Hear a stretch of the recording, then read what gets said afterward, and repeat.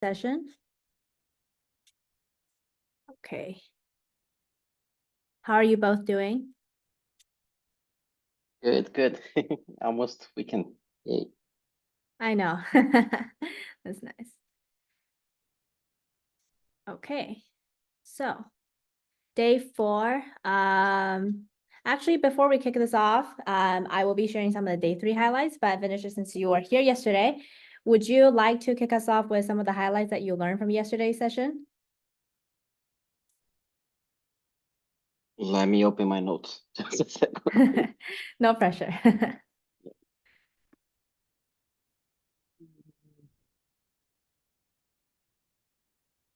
Okay, I'm opening my notes. Just a second.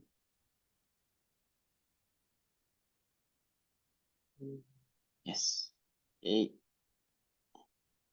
Here. So yesterday was the day design.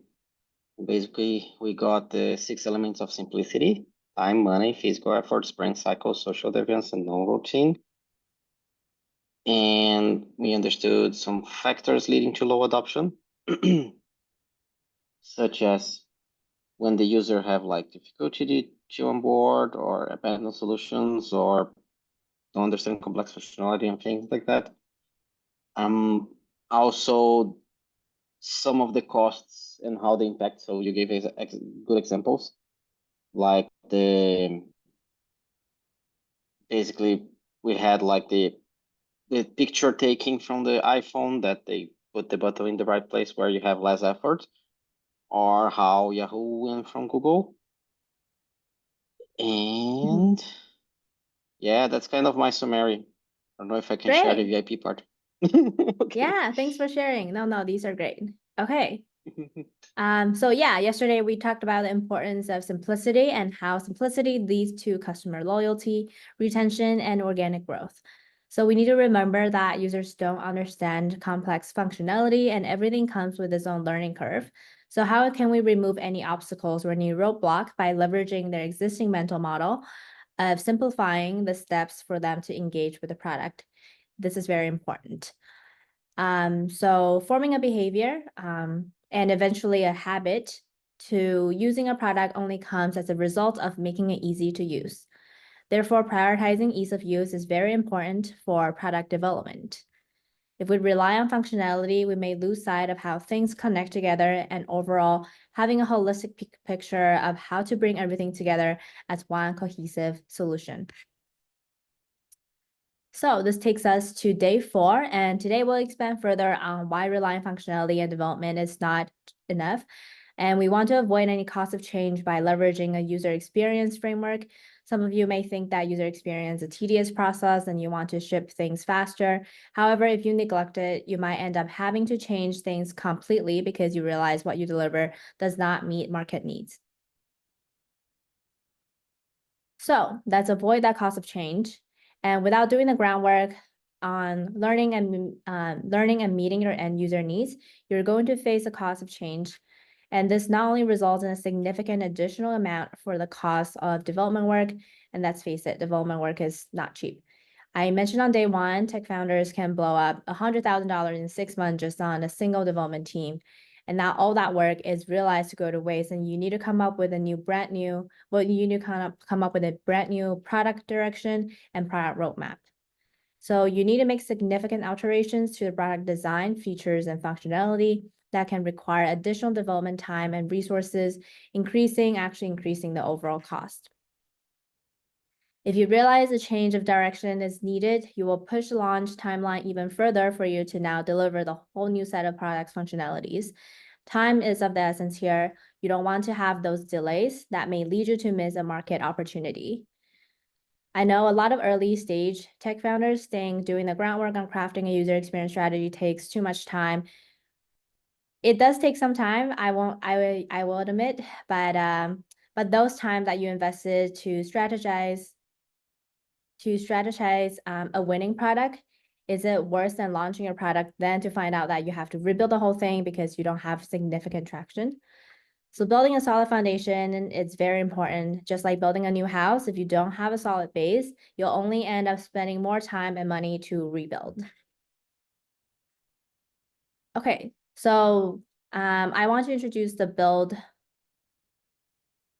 Okay, sorry about that. Yeah, so I want to introduce the build, measure, learn framework. So this is a lean experience design strategy that you can utilize. Most of us have the misconception that doing a user experience strategy takes months and years to perfect. But I'm going to show you today that user experience strategy is not about perfection.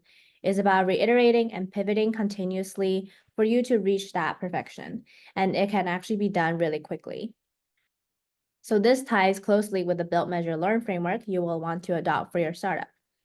The strategy work you do, and this framework enables you to get a feedback loop with your end user so you can quickly pivot and reiterate based on the user feedback. So imagine if you wait until the day you launch to find out the product isn't received well by the end user. Now you just got yourself to start all over again. So why don't you want to start this process early and validate this product with potential end user as soon as you can? It can be as quick and simple to figure out a bare bone of the strategy within the span of 5 days. We might not have a complete working product, but at least we have a good prototype for us to test and validate and start building with a clearer direction. So basically what we want to do is to, if you see the framework here, you build something, it doesn't have to be a fully working or coded application even. As long as you can put some initial ideas, concept, and then run it with your customer. And later on, we'll also talk about an experiment. Running those kind of experiment is also seen as a product itself. It will be like your first product. And then you want to, once you put it in front of your customer or your end user, you measure the performance or any feedback that you can, any kind of data you can gather for you to improve. So what you get from here is you measure how user kind of run through your prototype or the idea, how it's received by them, and then you collect those data, and those data becomes your validated learning, and it turns into new ideas that you can work towards to and then iterate upon to build your next to build on top of your current prototype or current products. So you want to do this so you how you see this loop. Basically, we want to continuously move through this loop, and our goal is to try to move through this loop as soon as quick as we can, so we can keep on reiterating. And then the faster you can complete this feedback loop as fast as you can, the more improvement you'll be able to bring to your product. So this is a framework that we want to adopt. Okay, so I want to talk about the IKEA effect. Another benefit of adopting this framework is that as you're testing and validating your product with the end user, those people in the experimental group are more likely to sign up for the product as it launches and are more likely to become a long-term paying customers. And why is that? Because they contributed ideas to it. They have a perception that they helped create it. There is a psychological bias theory that notes that people put a higher value on the things they help create. If you start having end user to test your prototype or your product early and get their feedback, they're more likely to be excited to see the value in it because they think their opinions were integrated into the product. So this is actually what we call the IKEA effect. IKEA has done a phenomenal job in leading their customers into forming relationships with their products. They have done this so well that there is a cognitive bias term that's named after them. So let me ask you, have you purchased any IKEA furniture before? Yes. Put in 1 for yes, 2 for no, or yeah, thanks, Vinicius. Awesome. So yeah, we all have purchased IKEA furniture. Thanks, Evan, for the comment in the chat. So there's actually a study that was done on IKEA furniture that tested participants' perceived value of its furniture. Participants were separated into 3 groups, but were all tasked with the same questions, which was to evaluate the price of a furniture piece. Group 1 was told that they constructed this IKEA furniture themselves, so they were the one who assembled it. And group 2 was told that this furniture piece was put together by store representatives.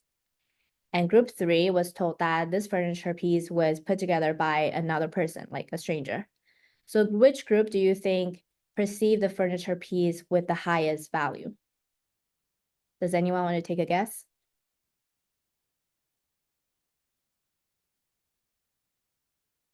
You want the person assemble? Number Yeah. one? Yes. So group one. Yes, correct. Awesome. So yeah, it is group one who perceive the furniture piece with the highest value. So it's a group that was told that they are the ones who could assemble it themselves. From this, you can see that people associate higher value with the things they help create. And this applies to product development as well. When your potential user feels invited and listened to, they will trust you more and feel more satisfied with the results because they have been part of the process. And this is yet another benefit of validating your prototype or your product early. So you're essentially building a wait list of clients before you officially launch. So what we want to do is to start thinking, so what I want you to start thinking about today is how are you really measuring and evaluating your progress? Are you measuring based on how much it's built? This is what we call an output-oriented mindset. Or are you measuring based on an outcome-oriented mindset? And this is measuring how much validated learning you've obtained from speaking and engaging with your end user. I really want you to start practicing with an outcome-oriented mindset because we can all produce outputs, but we're not all guaranteed outcomes. In order to change that and start receiving outcomes, we need to start thinking with that mindset. In the world of product development, you can't really see quality results if you aren't getting it validated. So beginning today, let's start thinking from an outcome-oriented angle. And before I dive deeper into what this validation process might look like, let's shift gears a little bit and look at how relying on development work only may come as a result. So developers are trained and experts in delivering functionality. They can make stuff work and ensure a single functionality operates. But building a product is much more than just a single function. It's how all these functions work together cohesively. Unless your product only does one thing and needs one button or to operate a certain task. Otherwise, you need an experienced strategy that maps out how different elements are going to connect and integrate cohesively on your platform. Without a cohesive user experience, that is going to lead to poor user adoption, high churn rate, negative feedback and reviews, increased support costs, low revenue opportunities, competitive disadvantage, lack product market fit, wasted development effort, and failure to build a loyal user base. And I would just share a personal experience here as well from my experience working with development teams, which I have done throughout the years. I've worked with multiple development teams. One of the patterns I've noticed is that developers, they are really good at putting functionality out there, but not necessarily organizing information the way that's most intuitive for the user. So right now, actually, I am working on an AI startup with my one of my friends, and then I'm also collaborating with a development team right now. We're building out a feature where it's kind of like a GPT or an LM solution, and then there are several features that's integrated in it. The first time when I was seeing the design or seeing the development work, every button or every possible functions is created as a button and slap onto that page. And we have also heard from early adopters saying that, oh, they had a hard time figuring out what is a possible flow or what is the value that actually they can gain from this design, just because when you have every possible function just on your screen, it actually deters people from seeing the actual value or seeing or getting overwhelmed by how they should start using the product. So crafting that experience strategy is really key, and then making sure you can limit the options that you give people. You wanna, if you have a lot of options, you wanna keep them available, but it doesn't mean that they all have to show up all on the same page. Yeah, so that is a personal experience. Another pitfall of only focusing on development work is that you may miss building a system that can scale. So you may be carrying out different functionalities, and how are they going to flow together cohesively? Solely focusing on coding and development work can lead to inefficient workflow and processes, and this can cause difficulties in managing increasing user demands and scaling the product effectively. You may not easily adapt your architecture or product framework quickly based on user demands or changing market conditions. just so you don't just hear from me. So this is a quote from Steve Jobs, and he said, "You've got to start with the customer experience and work backward for the technology. You can't start with the technology and try to figure out what you're going to try to sell, it." So let me share a few examples with you as well. And this is from Kodak. I'm sure we all heard of Kodak. Yeah, so this is one of their feature is called Kodak Gallery. It was actually acquired a couple years back, but this was a pretty good example for us to look at. So Kodak Gallery was the only online photo service uniquely designed for celebrating Kodak moments together. Kodak moment is the one of the feature itself. And it was changing the way people share photos with the launch of group albums. It made group photo sharing easier than ever. Multiple people can now upload, share, and comment on photos all in one place for free.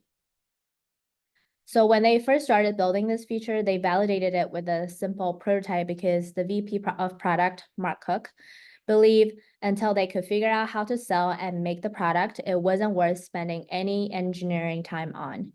So during the validation stage, their prototypes received great discoveries. Great, not in the way that they got good results. It was actually the opposite. So they have gotten customer complaints and feedback regarding the lack of features they include from the simple prototype. But this is also an important lesson we need to learn as as well as product builders. So feedback is never personal. We need to be able to separate our personal feelings and the product itself. The whole point of validating your ideas and product is so that you can continue to iterate, learn from it, and improve it until it reaches almost perfection. And it evolves again as the market demands changes. But anyways, the example from Kodak goes like this. So the gallery team from Kodak assumed that customers wanted to create albums and people would upload photos to those albums created by friends or colleagues when they attend events or conferences. They then created a simple prototype of an event album feature. It lacked many features. The team who was building it recognized this and was actually reluctant to show it to customers. However, testing this prototype with potential customers brought them valuable insights in so many ways. They learned that it was difficult for users to figure out how to create album. Further, customers also expressed the need for additional features. And the most important insight from this experiment is not just these two that I just listed. And sure, these are great usability feedback, but the most important finding for this study is that this initial short of feature product confirmed that users did have the desire to create event albums, which is extremely valuable information because that validated this product market fit of this feature. So at the end of the day, as I have repeatedly said throughout the last few days, we need to know our product is solving a particular user need. Where Kodak's customer complained about the missing feature, this suggested that the team was on the right track. The team now had early evidence that those features were in fact important. So what about the features that were on the roadmap, but the customers didn't complain about? Maybe those were just not equally important as they initially seemed. So success is not delivering a feature. Success is learning how to solve the customer's problem. And this is said by the Mark Cook, which was the VP of product of Kodak Gallery. So the whole premise behind a build, measure, learn framework is that it's a lean model that allows you to quickly test and reiterate until you reach a place that is your A+ offer. But you can't wait until you reach an A+ offer and then you start showing it to people. You need to recognize that when you work in silos, it actually takes you longer. When you work collaboratively and run those experiments with the end user and the customer with a C+ offer, it actually makes it quicker for you to refine and reiterate to reach your goal. So when we do those testing and validation, in a sense, we're also putting our first product out there. We can think that a product is just a working embodiment of an idea. And how do you know if an idea is a good idea or a bad idea? There's no other way than to validate it. Does it make sense?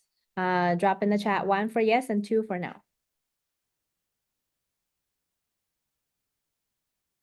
Awesome. Okay. So moving on.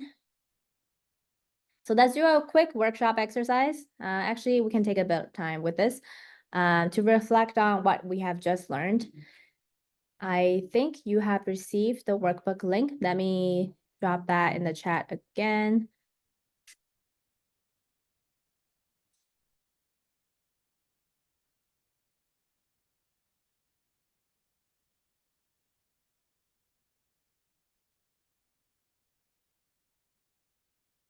So this is the link to the day 4 workbook, and then we can workshop some of these questions together.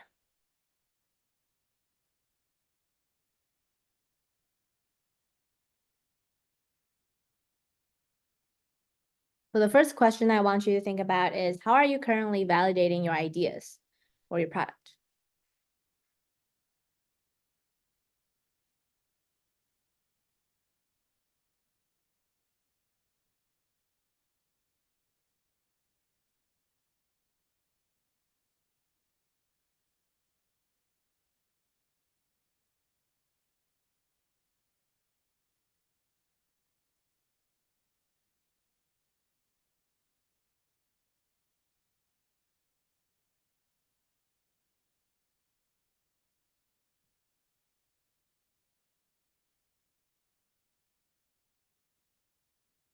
Okay, so we got a response from Vinicius. 1, planning to do through form first and gather some feedback first. Through, do you mean by surveys? Yes, survey. Great. Okay, in our case, since the main audience is newcomer children, we validate by conducting consistent surveys with newcomer families. Okay, see. Great. So mainly through surveys.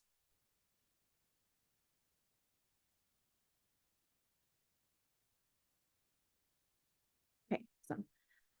And what are some feedback that you have received from your end user regarding your idea so far?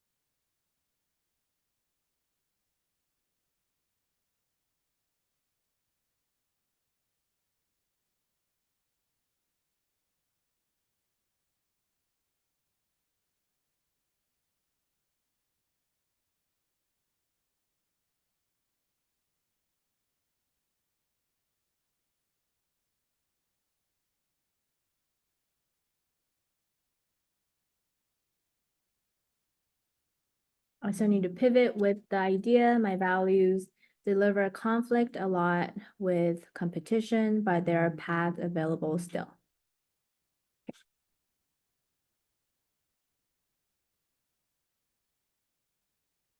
Yeah, but yeah, I think you'll start noticing more themes and patterns as you start talking to the end user more.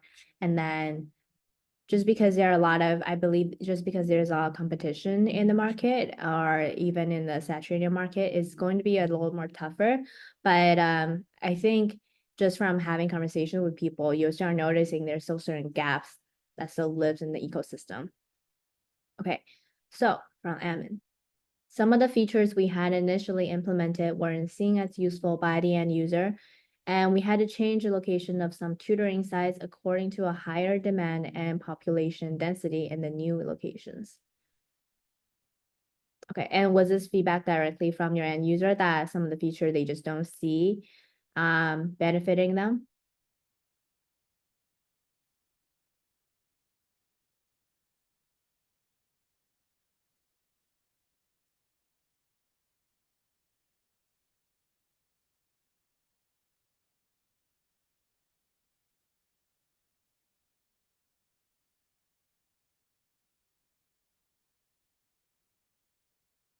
Okay, no problem. And we can move on to the next one. So, yes, it was harder for families or. Okay, so it was harder for a family to orient themselves with technology, so we had to simplify some features further. Oh, okay, I see. Was functional, so it sounded like it was a functionality that was a bit too complex for families to engage and interact with. So, okay, okay, I see. So it's not really that. So the feature itself, would you say it's useful or like it does deliver value to them? They just couldn't figure it out?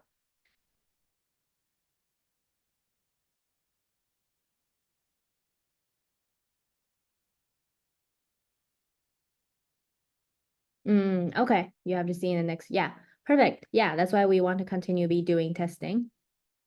Okay, so what do those feedback tell you?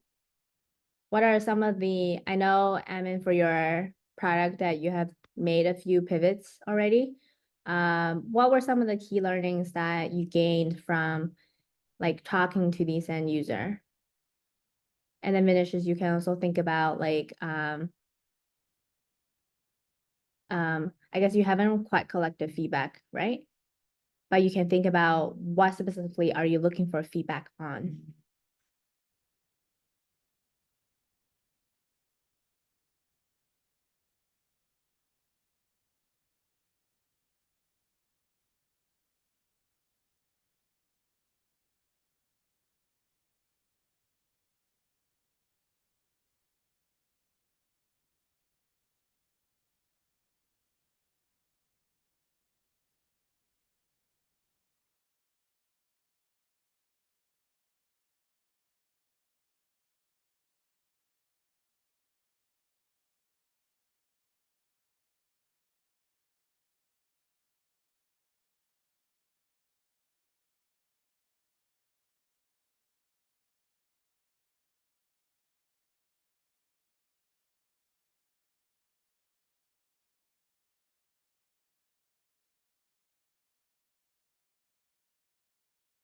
Oh, sorry.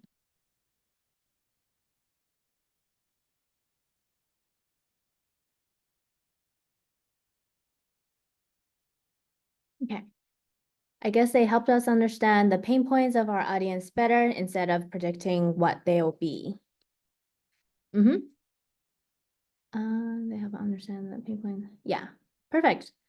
I'm looking for feedback on how much the core feature budget insights is really impactful for the end user. Awesome. Yeah, no, I think that's and then I think we have already developed a few hypotheses that you can validate it on. And yeah, I think this is a good direction that you're in.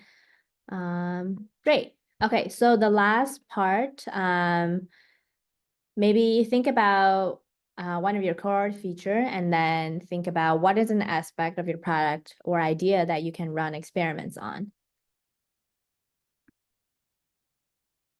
And what I mean by that is how we gain validated learning is not only just from having conversations with someone, because sometimes customers don't even know what they needed. A lot of the most innovative products out there, they really, they're not just identifying pain points, but sometimes you're identifying an opportunity, how you can improve or uplift certain experiences that has been there forever.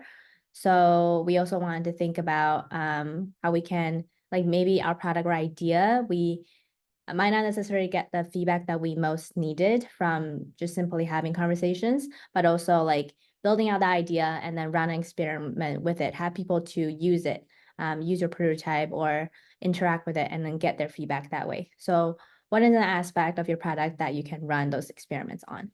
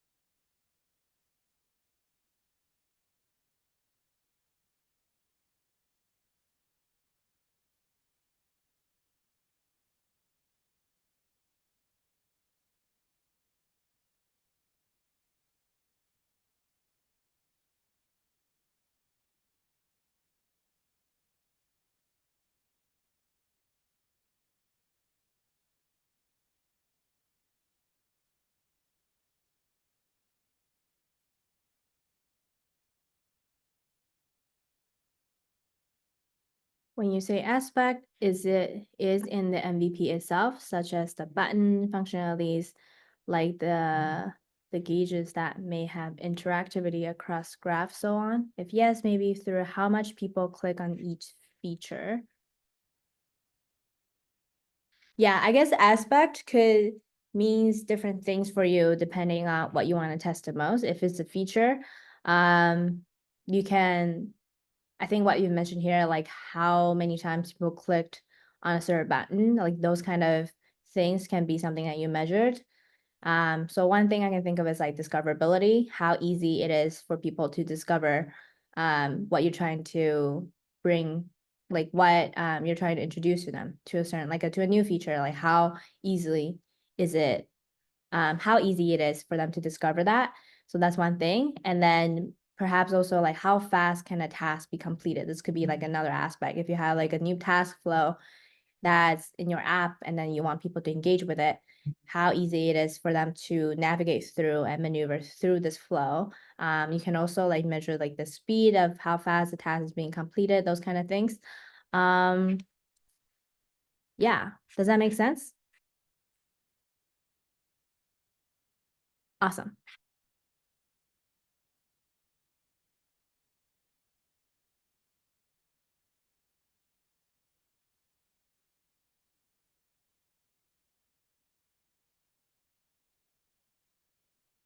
Yeah, so what we really wanted to measure is like through those validation and those testings is that we wanted to understand, which I will get into later, we want to understand how we are transforming user behavior through the app. And then those only come from like product metrics that we collect. And then you can look into specific, there are a lot of product metrics that you can collect, but normally those are the ones, there's business metrics versus product metrics, but normally product metrics are one that helps improve the product and take it into a better direction. Yeah, so you want to track those behaviors. Okay, so let's move on to the next slide. Okay, so how do we really run this framework? So earlier I talked about the build, measure, learn.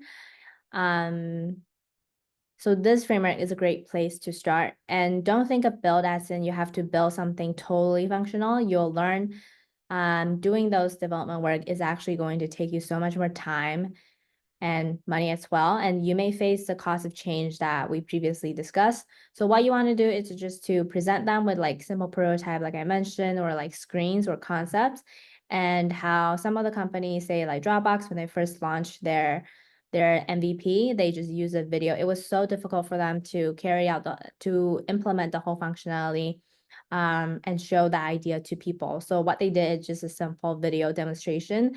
So MVP can take different shape and form as long as you can communicate the value statement about your value proposition and how the concept works. That would be your MVP. And yeah, so you can easily have those done. And so when you're showing these concepts to end user and to other people, you can actually learn the results and gain the insights a lot faster.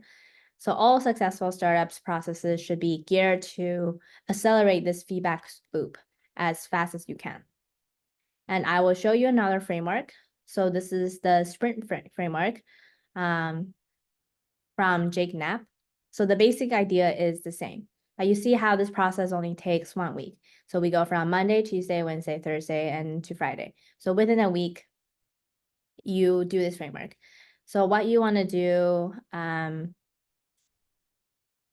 yeah, so this is going to be a rinse and repeat process that you do until you have validated your product so well that you reach your A+ offer. And you can keep on repeating this framework over and over every week.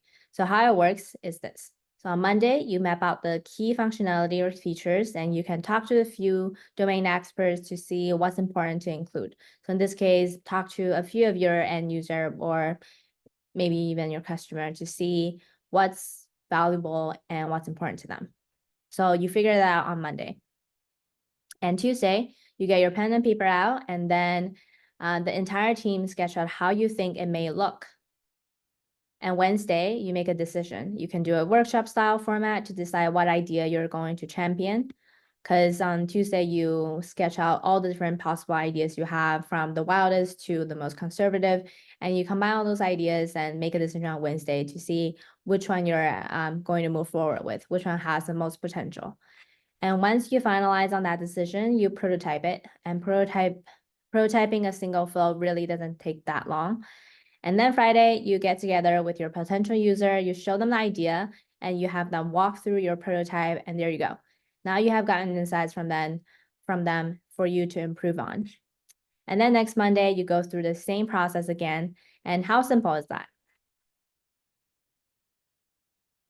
Okay, so I want to touch on a methodology you can run through for testing, as well as you are building a prototype and getting those feedback from your end user. An effective way was to really measure an effective way is to use a split test. And this is also what we call the A/B testing.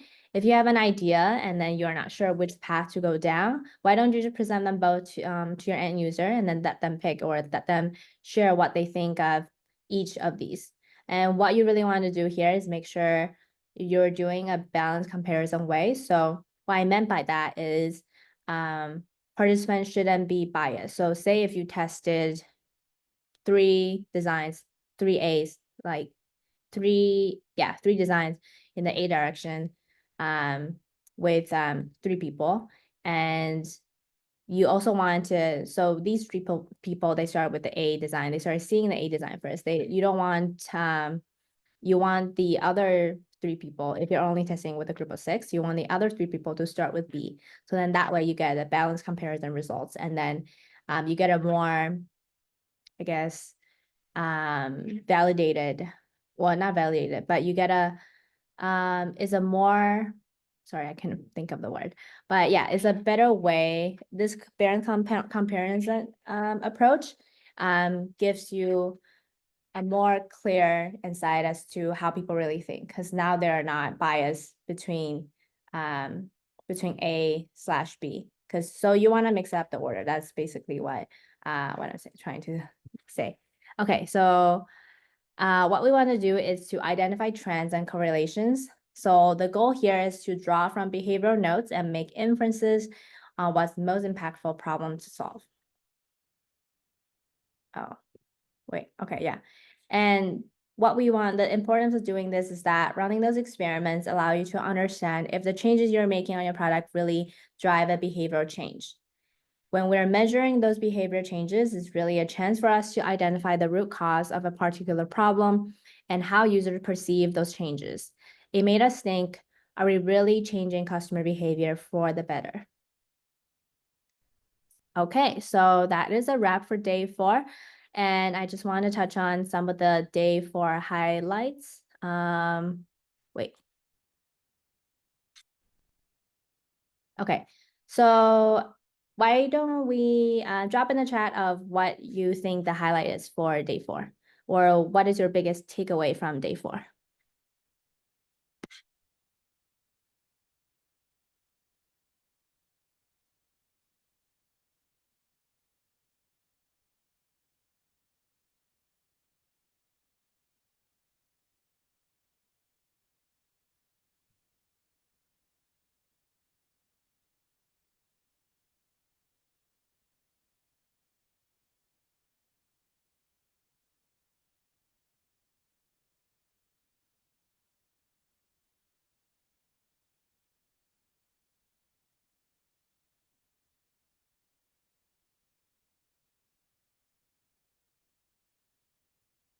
Success is learning how to solve the customer's problem, not delivering a feature. Yes, it's so much. Yeah, building product is like so much more than that. It's just, we're not just shipping something, we are solving a problem, and we're solving a problem, and we're gaining learning as we're trying to gain like validated learning as we improve and facilitate people's processes on these problems. Awesome. Okay. So build, measure, learn framework. Yeah. IKEA effect that users help you build. Yeah, so that's how you can start. That's one way of like cultivating a waitlist of potential users. And then devs are, I wouldn't say devs are bad at UX, but it just they excel at building out functionality, but experience itself, yeah, I think it still needs a designer to really think about how things connect and work together holistically. Okay, sprint structure for rapid testing. Yeah, A/B testing, find correlations. Perfect. Okay, awesome. Thanks for sharing. And yeah, so the highlights from my end. So we really want to avoid cost of change through sprint and use a lean build measure learn model to allow quick pivots and iterations. And people associate higher value with the things they help create. This is what we talked about, the IKEA framework, the IKEA effect. And measure with an outcome-oriented mindset. And an experiment is also a product. So run those validations with your end user continuously. So, and the last thing is fall in love with the process of product development, not the product itself.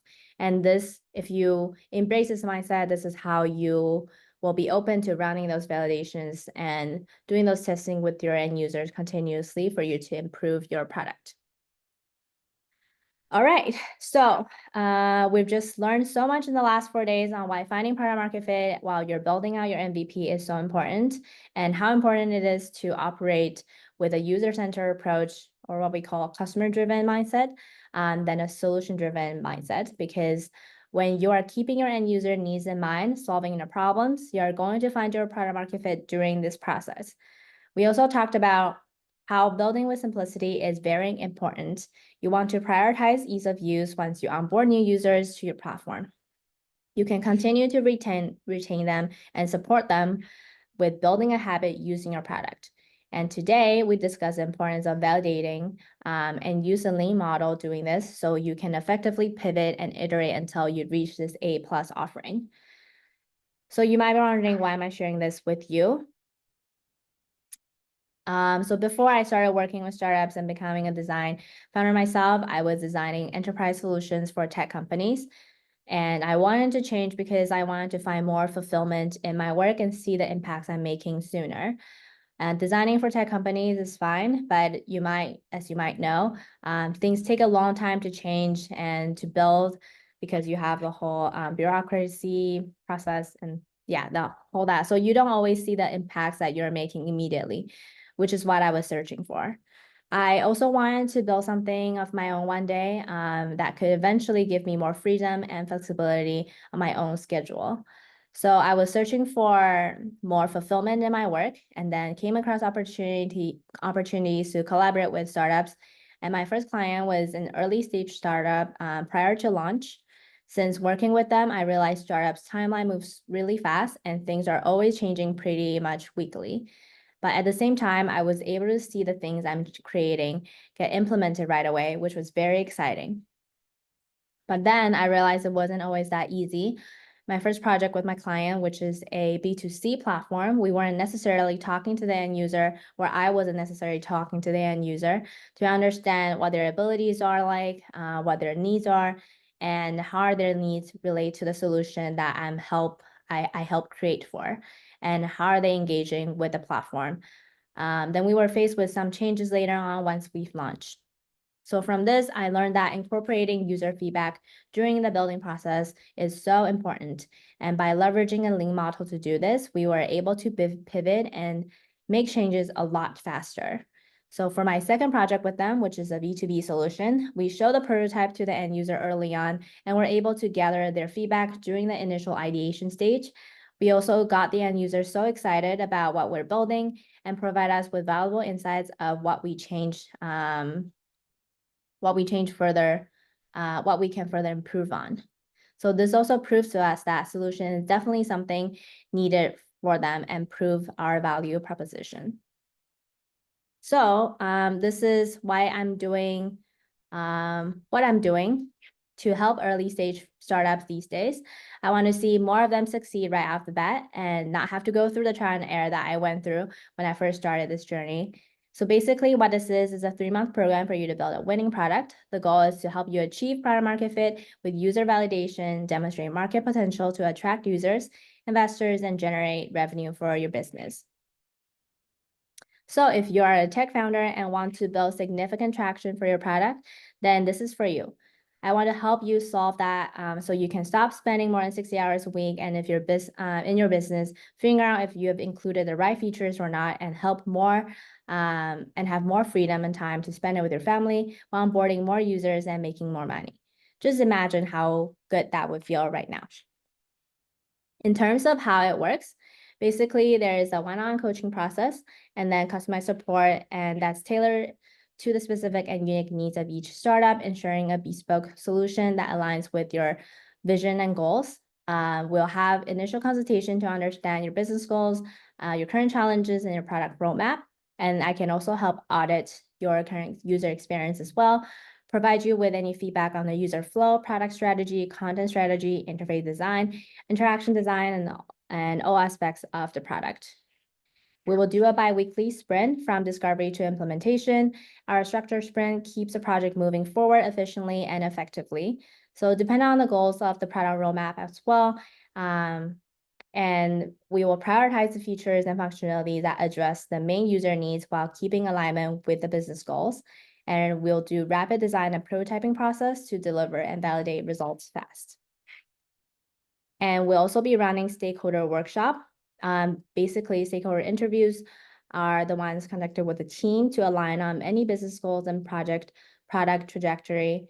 And this also helps define a winning user experience strategy with the timeline and key milestones outlined. And comprehensive end user synthesis. So instead of spending a lot of time on market research, we can start with referencing and derive insights from existing data and discoveries that has already been established. If anything additional resources needed, we're going to do end user interviews to identify key patterns that drive user motivation and enable user abilities. And I also offer end user avatar template for us to build a solid foundation and mutual understanding of how we can deliver the most value through the solution. There will be a rapid design and prototype process where we can quickly flesh out user flows and user interfaces that we can run those usability and A/B testing with the end user to validate our product assumption and end user experience. And then as part of the challenge, I'm offering 3 bonuses, one of them being integrated development support. So I will be working seamlessly with your development team to ensure the design and functionality are perfectly synchronized. So I'll be delivering development-ready specification for handoff and collaborating with the dev team to address any questions or issues. We'll also do a post-launch performance metrics analysis report. So those comprehensive analysis is for us to measure and understand the impact of the design on user engagement and overall success. So this is what we talked about earlier. When we're validating and collecting those metrics, it's important to really understand what those metrics means and if we're tracking the right metrics. So this is what we can do to help with that. And then any training and workshops on best practices that I'll be offering to empower the team with the skills and knowledge needed for sustained product success. So yeah, so these are 3 bonuses I'm offering as part of this program. And because you're all challenge attendees, these will be included. And I will work with you for free even after 3 months if you're not satisfied with the proposal. And we can begin with a trial period with a predefined set of scope that lasts about 3 to 4 weeks. These are some of the testimonials from my previous clients. Sherilyn, who I have been working with on and off for about 3 years. She said Peggy is exceptionally reliable individual. Her ability to articulate ideas, ask insightful questions, and provide constructive feedback has been instrumental in the success of our projects.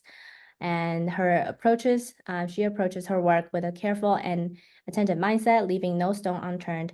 Her dedication to precision and accuracy is evident in the quality of her work, whether it's in design, research, or any other task she undertakes. So I actually work with Propel Impact on several projects, ranging from just visual design to web design, and also kind of revamping their whole site experience for their end user.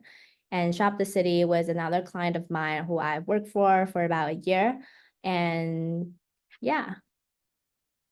So I am only offering 2 spots right now, and then the offer with bonuses are only available until Sunday, so this coming Sunday, 11:59 p.m.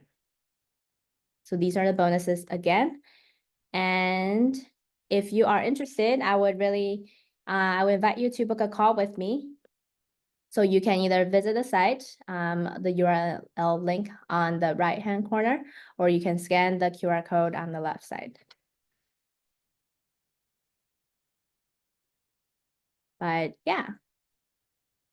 Thank you both so much for tuning. Thank you all so much for tuning in. And yeah, so tomorrow we will have our guest speaker, Gabriella Arno, and she will be walking us through some of the key strategies and framework on community. And she will be discussing if you should be creating a community for your business. So I believe she'll bring a lot of value into how you can start cultivating a community. How do you nurture a community? What kind of community you should nurture for your business. She is an expert in this field. So I'm really excited to have her join us. And yeah, so that is all I have for today. Thank you both. Thank you all so much for coming in, and see you tomorrow. And Vinicius, I will see you in the VIP call.